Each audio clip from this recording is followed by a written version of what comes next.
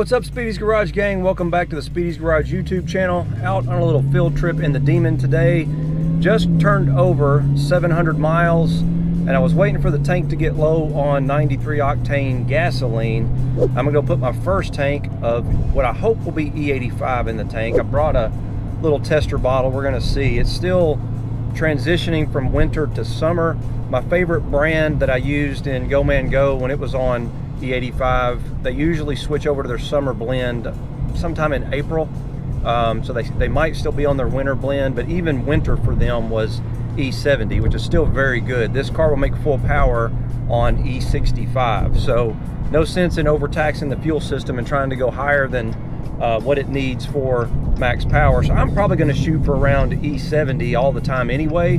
If it goes over that a little bit, no big deal, but that'll keep a little bit of pressure off the fuel system. But anyway, we're going to go up here to my favorite E85 gas station and see what the fuel looks like today, put some in the car, and then we're going to go through some of the electronics. I talked about that before. Now that everything is turned on and enabled, I'll give you guys a kind of a peek at how some of it works. So there's the fuel level. On a car like this, you really want to consider a quarter of a tank pretty much empty. It goes through fuel pretty quick. It's going to go through it even faster when I put E85 in here. You didn't realize it takes about 30% more fuel volume on E85, so you'll go through your fuel about 30% faster. The benefit to that, of course, is more horsepower, but you definitely don't want to be getting on the car or on the throttle real hard when the fuel tank is that low. You can actually ingest air through the fuel pumps and they can cavitate, and then the car just basically gets unhappy. It's not going to go any faster. It's got some safeties built in that bleed boost and things like that when it detects fuel pressure issues.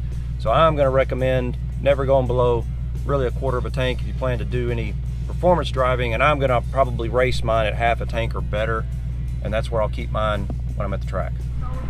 Grab me a sample so I can check it. You can see how clear that is. Today's price is $2.54 a gallon, which isn't bad for what really, it's probably going to be around 105, 109 octane, something like that. Now we are ready to fill up the car. And legally, pump E85 or ethanol can technically be between 51 and 83%, but this particular brand, which I love, is usually no lower than 70% in the winter, and I've seen it as high as 88% in the summertime.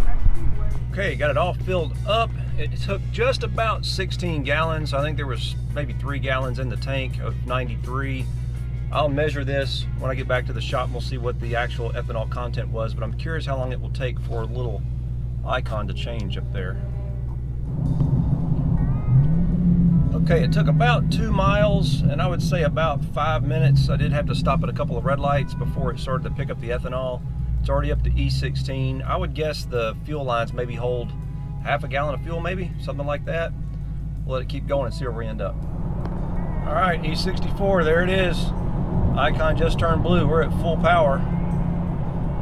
E65 is when you get it. Confirmed on the screen. And I can already tell the car is much happier on the higher octane.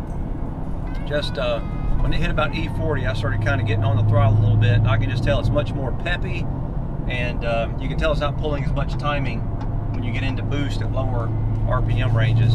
So things are way happier now.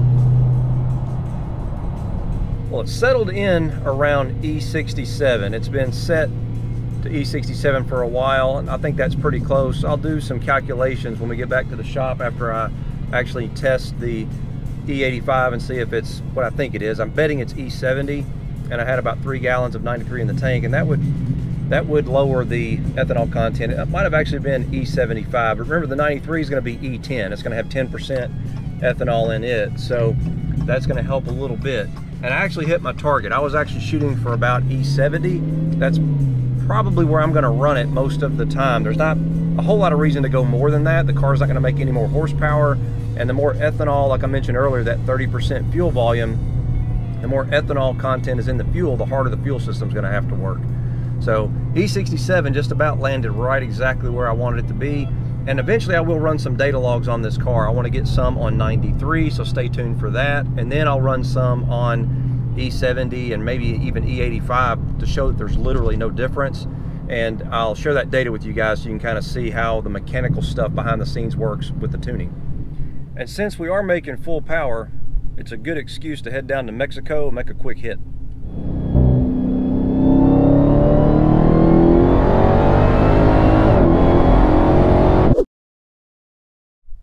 I'm going to show you some of the electronic features of the car, like I mentioned to you before. Obviously, it is flex fuel. I've already shown you that.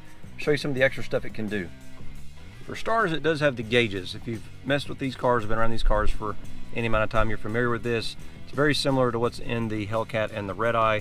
This home screen you can set up and customize, so if you select one of the gauges, you can change it from a list of gauges that you have access to, or a timer if you'd prefer, if you want one of your timers up there. I personally like to know what temperatures are because there are several features of the car that don't turn on. For example, the trans brake isn't available till the trans is up to temp, and there's several power considerations, so power starts to get pulled when your engine coolant temp goes up or your intake air temperature goes up. The chiller, when it's on, it impacts the coolant temp, so I like to keep an eye on that to know my chiller's doing its job. It's got timers, just like you guys are probably used to, and it'll record these things. The rest of your gauges, 2 pages or 3 pages of gauges, there are those. G-force meter, kind of something fun, I guess, to play around with. Engine, and it shows you your horsepower, your PSI, what gear you're in, and your torque. And then it's got a dyno mode that literally will dyno the car in real time as you're wide open throttle, which is pretty cool. If you hit the SRT button, that brings up your SRT pages, and that goes into your drive modes. You can set this up too, so auto, you can pick the selections of what you want it to have. I've been leaving it default. The suspension in this car is, I would say, 25% more firm in standard auto mode than the Hellcat was. So standard auto in this car feels a lot like sport did in the Hellcat. When you put it in sport, it firms up a little bit more, and when you put it in drag, you can feel the front get pretty loose and the back get pretty tight. I have been a fan of the electronic power steering. The old car did not have that, and as you go through sport or drag, the resistance on the steering wheel goes up. So I've liked that a lot. Whoops, let's go back to our SRT pages. Performance pages, I think I showed you that already. Go back to SRT again. And then you've got some drag options. You got a line lock, which is pretty nice. I'll show you that in a sec. Trans brake, which is a new feature, and I'm really anxious to try this out. You've got basically 3 tunes in the car. It'll pull power. So A is max effort. If you've got fantastic track prep, you're getting everything right off the hit. B, you'll notice the power kind of comes in a little bit more gradually. So that's if you have, so-so track prep, and if you've got like pretty bad track prep, you see how the power comes in a little bit more slowly. And these are all able to be configured. So I can go in here and I can hit launch torque setup for the C map, and now I can select 0.1 seconds, and I can drag the power down if I want to. 0.2 seconds. Say I'm spinning. 0.3 seconds. And I can do this while I'm waiting in the staging lanes. 0.4 seconds. So say I'm having trouble getting off the line. 0.5, 0.8, 0.6, and we want to smooth this out some. And maybe I need to, run something more like this in order to get off the line at the track.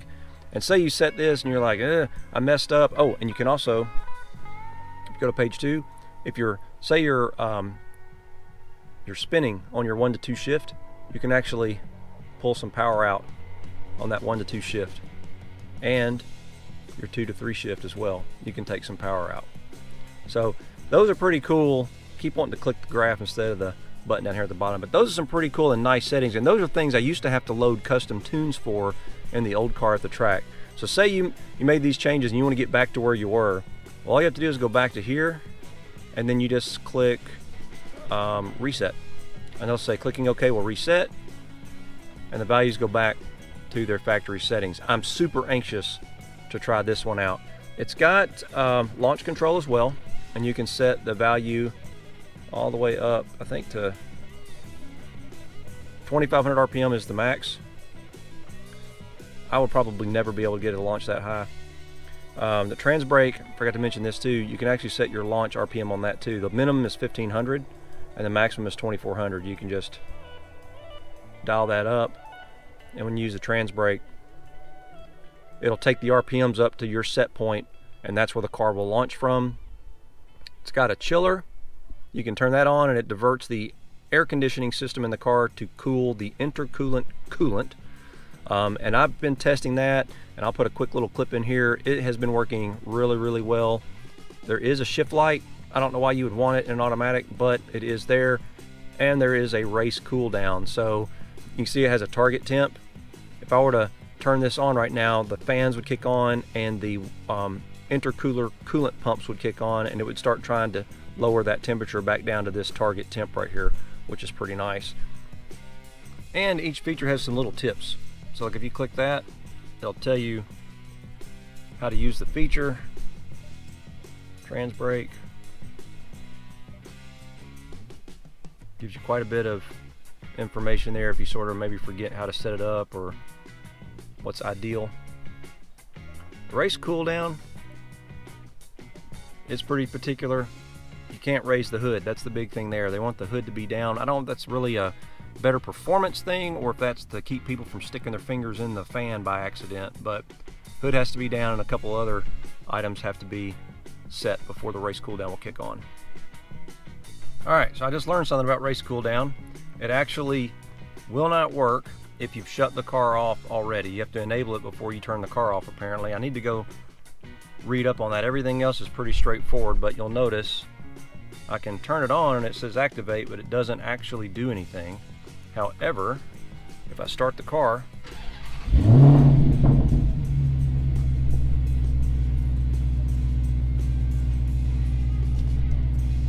now I cut it off, take it back to run,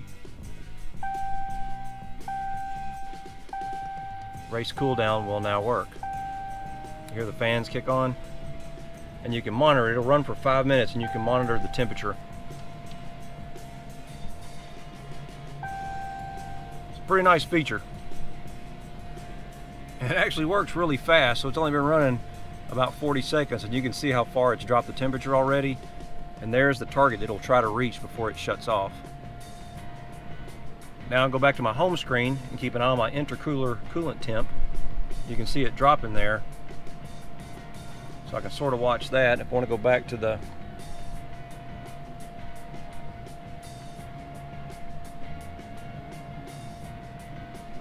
race cool down page, you can see it's already almost to its target temperature. That orange line is the target. So it's right there at it. And this is separate from the chiller. This isn't actually using the AC system. This is using the intercooler coolant pump and the fan for the radiator to cool things down. It'd be used for like right after a run to sort of give you a head start on the cooling, and then you would kick on the chiller when you're in the staging lanes getting ready to make your next pass. Once the timer hits 0, it automatically turns itself off. And you can see it actually took the intercoolant coolant temp down to about 70 degrees. It was 77 when I kicked it on. So not too bad for just the fan and running the pumps. These next two, I'm going to start the car to show them to you.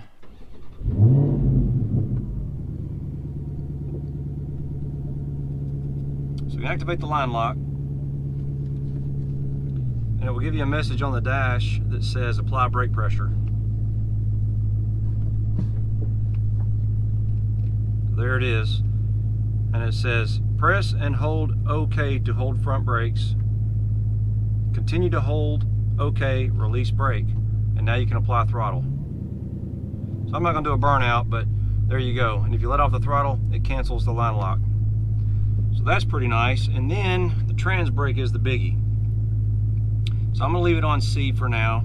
You have to be in drag mode for it to work. There is a trans brake button on the console down here that will bring up this menu. If you double tap the SRT button, it automatically puts you in drag mode, which then accesses all the features, and it even tells you to activate the trans brake. All you have to do is pull back on the paddle. So I'm going to do that now.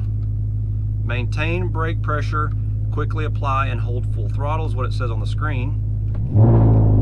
Release one paddle when stay. So now you can bump with your brake.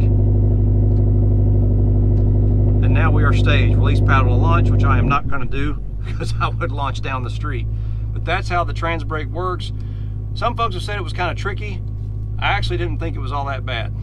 And when in drag mode, when you shut the car off, it automatically turns on race cool down. Even though you can't see it on the screen, you can fire the car back up, and I think we'll be able to see that race cool down is actually on. And that's because I was in drag mode. It does some of these things for you automatically, which is super nice. And there's a couple of reasons that trans brake is going to be a game changer for me with this car. The first is I'm not going to have to be changing tune-ups based on the track surface. I can go and do it while I'm waiting in the staging lanes with the trans brake menus and take power out or add power in or change maps even based on what I see the cars in front of me doing. That's the first thing. The second thing, which is the bigger one for me personally, is that I always struggled getting a really good reaction time in the old car, especially on like a Pro Tree. So where you see like the 4 bulbs flash and you immediately, or the 4 yellow bulbs flash and you immediately get the green, or the 3 bulbs flash and you immediately get the green. By the time I get staged, I get my foot, I'm sort of holding the car with the brake, and I got my RPMs up and I'm on the throttle just a little bit to bring the RPMs up some. By the time my eye sees the flash, I release the brake, floor the gas, because the gas pedal still has to travel to the floor, and then all the computer stuff has to happen in the background because it's throttled by wire. So now it tells the computer, hey computer, the throttle's to the floor, open the throttle blade, and the throttle blade goes, hey, okay, I'm going to open all the way. By the time all of that happens, it takes some time for that to occur. And so my reaction times were usually, you know, on a Pro Tree again, 0.3, 0.2 something, and I would lose races, believe it or not, from that reaction time. People with the trans brake, they're up there and they bump in and they just got their thumb. You always hear on these, you know, ratios, I released the button, never saw him again. Well, they've got their thumb on a button. All they got to do is let go, and that's their reaction time. As soon as they let go, the car starts to move. Well, now I've actually got that in this car. I'm just holding on to a paddle. The foot's already to the floor. The RPMs are where I want them to be. As soon as I see that flash of that light, I release the paddle, and that's all I'm doing, and the car will start to move. That's going to be a really big deal for me when I'm racing in this car. So that was an overview of some of the electronics packages that are built into this Demion 170. Stay tuned if you're interested in the tuning side of it and the data logging side of it. I'm going to show you some of that too next time out. For now, we're back at the shop and I'm going to test this E85 fuel, or whatever it happens to be. It's ethanol anyway. See how clear that is? I'm lucky to have access to this local brand to get something that clear. I tested 3 different gas stations, 3 different brands of gas stations, and the other 2 were a little bit cloudy, and this one literally is crystal clear and always has been. I've been using this brand for 4 or 5 years now, and it does have a smell of moonshine. Now this one, I can detect a little bit of gasoline in it, or a hydrocarbon similar to gasoline, that gets you that other 30%. If it's E70 or if it's E75 or even if it's E85, that other 15% is something. It might be gasoline, it might be a gasoline derivative hydrocarbon or something like that. But we're going to test this, see exactly what the content is. I've got 2 testers, and I'll leave a link in the description if you need one. This one's a little bit bigger. It's easier to pour the fluid into, but it takes more fluid. So I've been using this one for the most part. It's smaller, it's a little bit trickier to use, but you don't have to use as much fluid. So you start by adding water to a certain line. I put the water in this, and I use distilled water. I don't know if it matters or not, but a little bit picky, so I do. And I just fill this up to that line. I hope I opened it. There we go. I go slow because I try to be precise.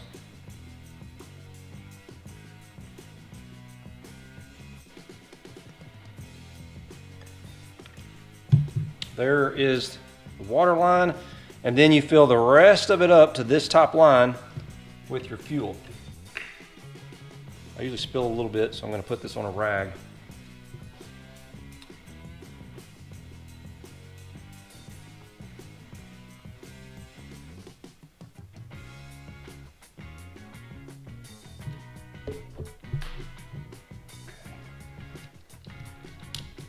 And then you want to just Shake it up.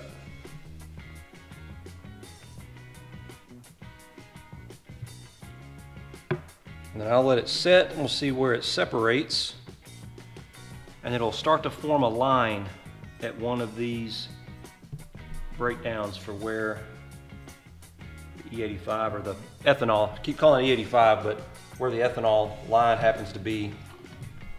Well, I brought it over here so you could see it a little bit better, but hopefully you can see the line right there. This is actually E85, which is a surprise to me. I wasn't expecting them to be at E85 yet. Hopefully you can see that. So that is excellent fuel. I had about 3.5 gallons, give or take a little bit in the tank. You saw the gas gauge before I filled it up, and I put 15.692 gallons of this ethanol fuel in the tank. I did a quick calculation online, and it came out to E71. The car has been, it fluctuated between E68 and E67, so it's within 4%. I'd probably trust the gauge in the car, the sensor in the car. It probably is E67, and octane rating is going to be right around 101, 102 octane for what's in the car right now. And you get the benefit of the 30% more fuel volume flowing into the cylinders to cool everything down. That right there, friends, is the benefits of E85. Well, that's enough for today. I got some E85 in the tank, and we confirmed that the flex fuel system is working properly and it's very accurate. I showed you some of the electronic, I'll call them amenities, on the Demion 170 and how they work. I'm anxious to get to the track. That's coming up soon, so be sure to stay tuned and try some of this stuff out. Hope you enjoyed the video. Please give it a thumbs up if you did. Be sure to check us out on Instagram. It's at Speedies_garage, as well as the website www.speediesgarage.net, and hopefully I'll see you out there.